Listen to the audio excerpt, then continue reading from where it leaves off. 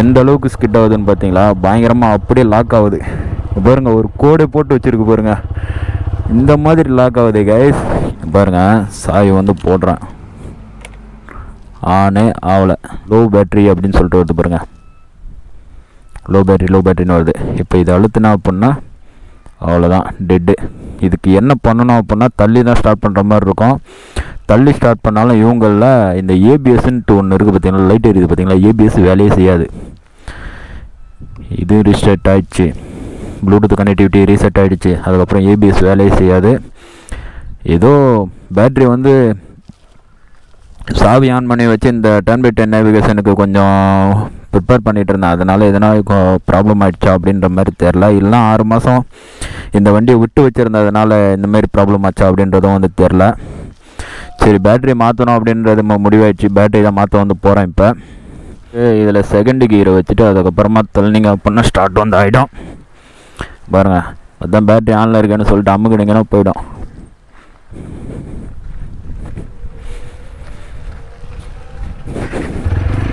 அவ்வளோதான், எவ்வளோ சிம்பிளாக ஸ்டார்ட் ஆகிடுச்சு பார்த்தீங்களா? ரொம்பலாம் மெனக்கடெல்லாம் தேவையே கிடையாது. அந்தளவுக்கு நம்ம வண்டியை மெயின்டெனும் பண்ணதில்லை பார்த்தீங்களா. சர்வீஸ் டியூ அப்படின்னு சொல்லிட்டு வருது. இது சென்சாரில் எதனா ஃபால்ட் இருக்குது இல்லை அப்படின்னா ஏதாவது பேட்டரியில் இப்போ லோன் வருதில்ல, பேட்டரி ஏதோ ப்ராப்ளம் இருக்குன்னா இப்போ சர்வீஸ் சென்டருக்கு போங்க அப்படின்ற மாதிரி காட்டுது. உங்களுக்கு பேட்ரி வந்து சேஞ்ச் பண்ணாமல் ஓட்டினீங்க அப்படின்னா ஏபிஎஸ் வந்து சுத்தமாக வேலை செய்யுது. அதுக்கு சாம்பிள் தான் இது. எப்படி லாக் ஆகுது பார்த்தீங்களா? பிரேக்கிங் லாக்கு இந்த மாதிரி லாக்காக ஆகக்கூடாது. ABS dual channel ABS front பிரேக்கே எப்படி லாக் ஆகுது, அப்போ பேக் பிரேக்கோட நிலமையை பாருங்கள். பேக் பிரேக் வந்து இப்போ வந்து செக் பண்ணி காட்டுறேன் பாருங்கள்.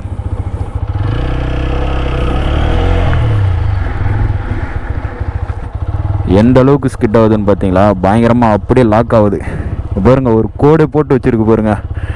இந்த மாதிரி லாக் ஆகுது கைஸ். ஏபிஎஸ் சுத்தமாக வேலை செய்யலை. அப்போனா நம்மளோட எனக்கு பிடிச்ச இந்த வண்டியில் பிடிச்ச விஷயமே ஏபிஎஸ் தான். ஏபிஎஸ்ஸே வேலை செய்யலை அப்படிங்கும் போது நம்மளுக்கு சேஃப்டியே கிடையாது. நம்ம டோல் சேனல் ஏபிஎஸ்ஸே வச்சு ஓட்டி நம்ம எங்கெல்லாம் எப்போல்லாம் பிரேக் அடிப்போம் அப்படின்றது வந்து தெரியாது. ஏடா கூடமாக பிரேக் வச்சுன்னா கண்டிப்பாக வாரி ஓட்டுறோம். அதனால தான் பேட்ரி வந்து சேஞ்ச் பண்ணலாம் அப்படின்னு சொல்லி போயிட்டுருக்கேன். போகும்போது என்னென்ன மாதிரியான பிரேக்கிங் வந்து இருக்குன்னு பாருங்கள். பார்த்தீங்களா எப்படி லாக் ஆகுது பார்த்தீங்களா? ஏபிஎஸ்ஸே வேலையே வந்து செய்யலை. இது டோல் சேனல் ஏபிஎஸ்லாம் வச்சுருந்தீங்கன்னா தயவு செஞ்சு மாற்றிடுங்க. இதில் ஏபிஎஸ் மட்டும் கிடையாது, ஃபியூல் இன்ஜெக்டரும் சரியாக வேலை செய்யாது. நம்மளோட இப்போ இந்த ஸ்பீடை பொறுத்த வரைக்கும் இந்த காயில் அது எல்லாமே ஒர்க் பண்ணி அதுக்கேற்ற மாதிரி தானே ஒரு பவரை வந்து ஜென்ரேட் பண்ணி இதுக்கு வண்டிக்கு வந்து யூஸ் பண்ணுறது வந்து கொடுக்குது. இப்போ ஃபியூல் இன்ஜெக்டரும் நம்மளுக்கு அந்த இது தான் இதுக்குள்ளே இருக்கிறது. எல்லாத்துக்கும் நிறைய இது. ஃபியூல் இன்ஜெக்டருக்கும் பவர் கொடுக்கணும். இந்த லைட்டு முன்னாடி ஒரு லைட்டு வந்து எரியும், எல்இடி லைட்டு. அந்த எல்இடிக்கும் பவர் கொடுக்கணும். அதுக்கப்புறம் பிரேக்கிங்க்கு ஏபிஎஸ்க்கும் வந்து பவர் கொடுக்கணும். அப்படின்றதுனால தான் நம்மளுக்கு வந்து ஏபிஎஸ் வந்து இப்போ வேலை செய்யலை அப்படின்ற மாதிரி நினைக்கிறேன். ஏபிஎஸ் வந்து பவரை வந்து கட் ஆகுது பாருங்கள். இதில் பிளிங்காக எரியுது பார்த்தீங்களா? பவரை கொடுக்கும், எடுத்துரும். இப்போ சுவிட்சு ஆன் பண்ணி ஆஃப் பண்ணுற மாதிரி தான் கணக்கு. ஒரு 100 வாட்டி ஆன் பண்ணி ஆஃப் பண்ணோன்னு வைங்களேன், நம்மளுக்கு பல்பே பீஸ் போயிடும். அதேமாரி ஏதாவது ஆகிடக்கூடாது அப்படின்றதுனால தான் சீக்கிரமாக பேட்ரி வந்து மாற்றணும் அப்படின்னு சொல்லி பிளானிங்கில் வந்து இருக்கேன். இந்தமாரி டைமெல்லாம் நான் பிரேக் அடித்து அழகாக கட் பண்ணி உள்ளே பூந்து போவேன். இப்போல்லாம் பயமாக இருக்குது. நம்ம ஏதாவது பிரேக் அடித்து அது வேறு மாதிரி என்ன ஸ்கிட் பண்ணிவிட்டு இழுத்துக்கிட்டு போயிட்டு தேவையில்லாத சம்பவத்தில் என்ன கோத்து விட்ருமோன்னு சொல்லி பயமாக இருக்குது. இந்த மாதிரி டேர்னிங்லாம் ஃப்ரண்ட் பிரேக் தான் அடிக்கடி நான் யூஸ் வந்து பண்ணுவேன். இப்போ ஃப்ரண்ட் பிரேக் யூஸ் பண்ணால் அப்படின்னா கண்டிப்பாக ஸ்கிட் ஆகும். இப்போ அடுத்து இந்த இது பாருங்கள், ஏபிஎஸ்ஸே சுத்தமாக எரியவே இல்லை பாருங்கள். இதில் நம்மளுக்கு லைட்டெல்லாம் யூஸ் பண்ணோன்னு வைங்களேன், என்னென்ன சென்சார்லாம் வேலை செய்யாமல் போவோம் அப்படின்றதே தெரியாது. நிறைய ப்ராப்ளம்.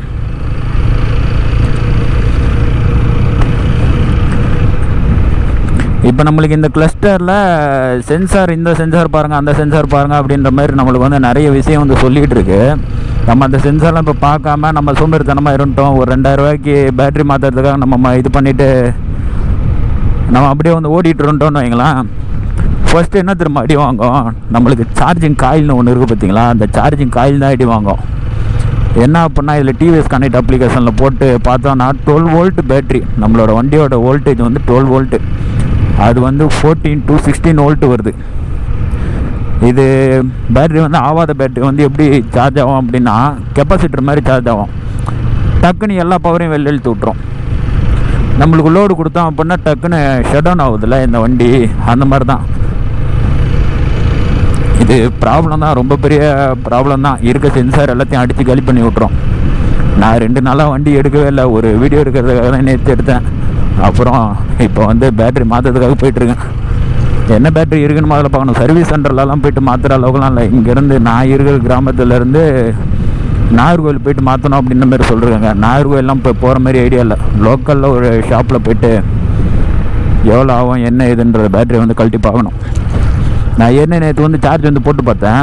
1 மணி நேரம் சார்ஜ் பண்ணிட்டு எடுத்து மாட்டுறாங்க. பேட்டரியில் 12 வோல்ட் வந்து காட்டுது. ஆனால் இந்த சுவிட்சு போட்டு நம்ம செல்ஃபு கொடுத்த உடனே ஆஃப் ஆயிடுச்சு, ஷட் டவுன் ஆயிடுச்சு கடன்னு. சரி டிவிஎஸ் கனெக்ட் அப்ளிகேஷனில் போய்ட்டு நம்ம ஆன் பண்ணி பார்த்தலாம் அப்படின்னு வந்து பார்த்தோம் அப்படின்னா, ஆன் பண்ண உடனே நம்மளுக்கு ஒரு ஜென்ரேட்டிங் வோல்டேஜ் வந்து காட்டு வந்துருமா. 12 வோல்ட்டு 14 வோல்ட்டு 16 வோல்ட்டு அந்த மாதிரி மாறி மாறி காட்டுச்சு. அதனால தான் எனக்கு வந்து சாட்டிஸ்ஃபேக்ஷன் இல்லை, விட்டு மாற்றிடலாம் அப்படின்னு சொல்லிட்டு போயிட்டுருக்கேன்.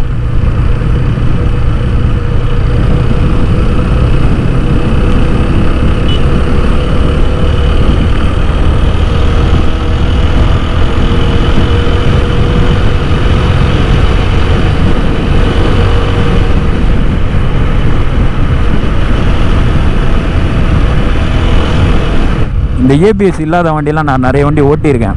பயங்கரமாக லாக் ஆகும், வீல் லாக் ஆகும். ஆனால் அது வந்து பேலன்சிங் வந்து ரொம்ப நாள் ஓட்டினதுனால அப்படியே பழக்கமாயிடுச்சு எனக்கு.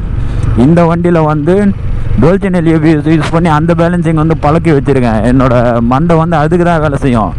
இப்போ போய் பிரேக் அடிச்சுட்டு ஸ்கிட் ஆச்சு அப்படின்னா கண்டிப்பாக சில்லறை கன்ஃபார்ம்.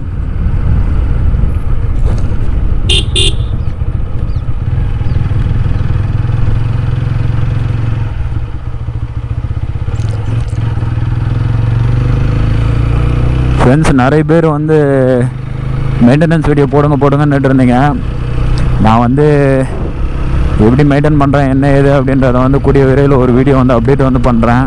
நீங்கள் வந்து அந்த வீடியோ பார்த்தீங்கன்னு வைங்களேன், உங்களுக்கே வந்து ஒரு புரிதல் வரும். என்னடா அந்த பையன் இப்படி வச்சுருக்கான் வண்டியா, இவனுக்கு போய் மைலேஜ் இவ்வளோ தருது அப்படின்ற மாதிரி உங்களுக்கு வந்து தோணும்.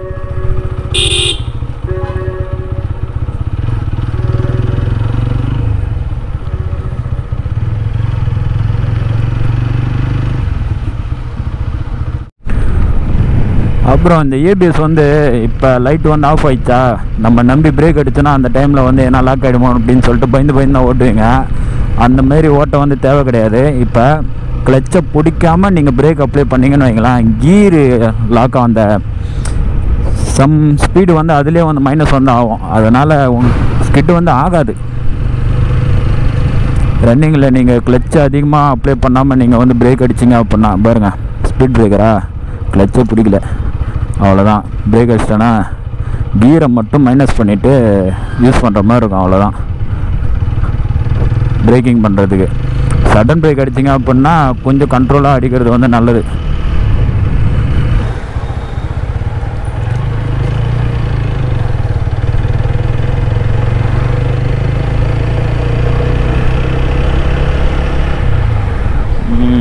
ஃபுல்லாக டூ வீலர் தான் இந்த சைடில்.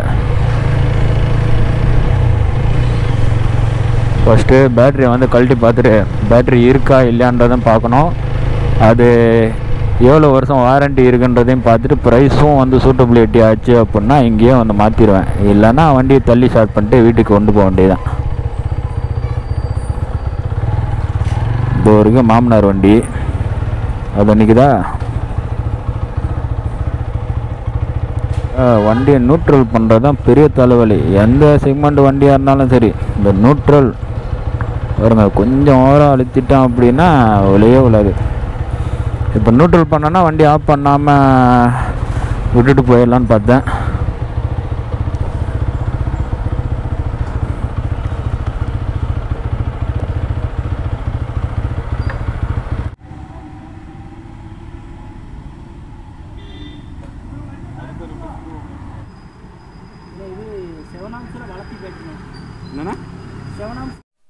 ஃப்ரெண்ட்ஸ் வந்த நேரம் நல்ல மழை பெய்யுது.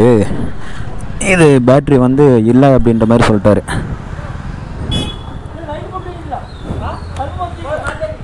இனிமேட்டு இப்போ தான் ஆர்டர் பண்ணுறதுன்னு சொன்னார். நாளைக்கு நாளான்னைக்கு வந்ததுக்கப்புறம் ஃபோன் பண்ணுவாங்க, வந்து மாட்ட வேண்டியதான். ஸ்டார்ட் ஆயிரும். செகண்ட் கியரில் வச்சு தள்ள வேண்டியதான்.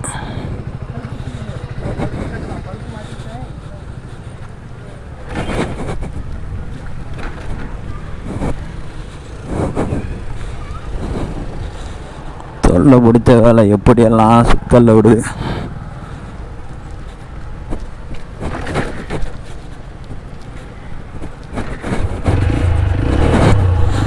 அவ்வளோதான். ஸ்டார்ட் ஆகிடுச்சு. ரெய்னி டைமு, ஏபிஎஸும் இல்லை, கோளாறு தான்.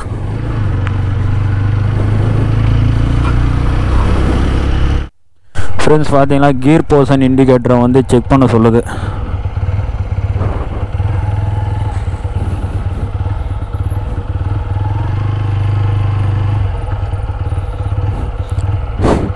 எத்தனை கியரில் இருக்குன்னு காட்டவே மாட்டேது. இந்த பேட்டரியை முதல்ல மாற்றணும், மாற்றலைன்னா தொல்லை தான்.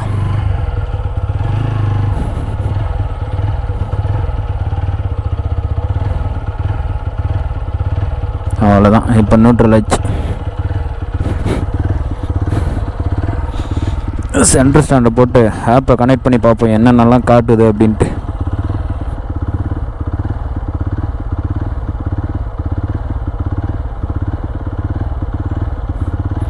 மறுபடியும் லாகின் வந்து பார்த்தீங்களா கோளாறு கொடுக்குது.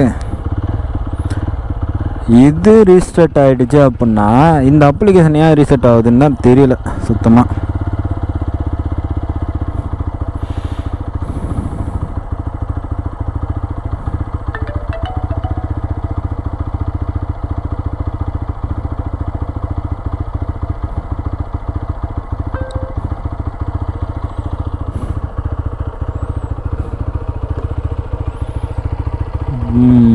Check gear sensor. ஹலோ எல்லாம் ஹலோ.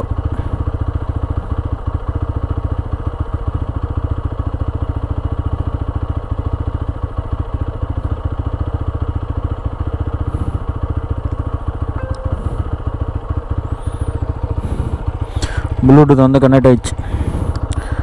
இப்போ வோல்டேஜ் என்ன ரேஞ்சில் இருக்குது அப்படின்றத வந்து பார்க்கணும்.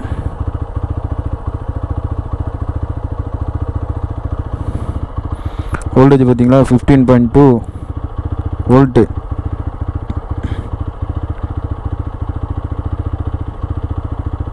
சிஷன் 9 இந்த மாதிரிலாம் மாறவே கூடாது. கோளாறு தான். இந்த மாதிரிலாம் மாறிட்டு இருந்துச்சுன்னு வைங்களா, கண்டிப்பாக ஏதாவது சென்சாரை காலி பண்ணி விட்றோம்.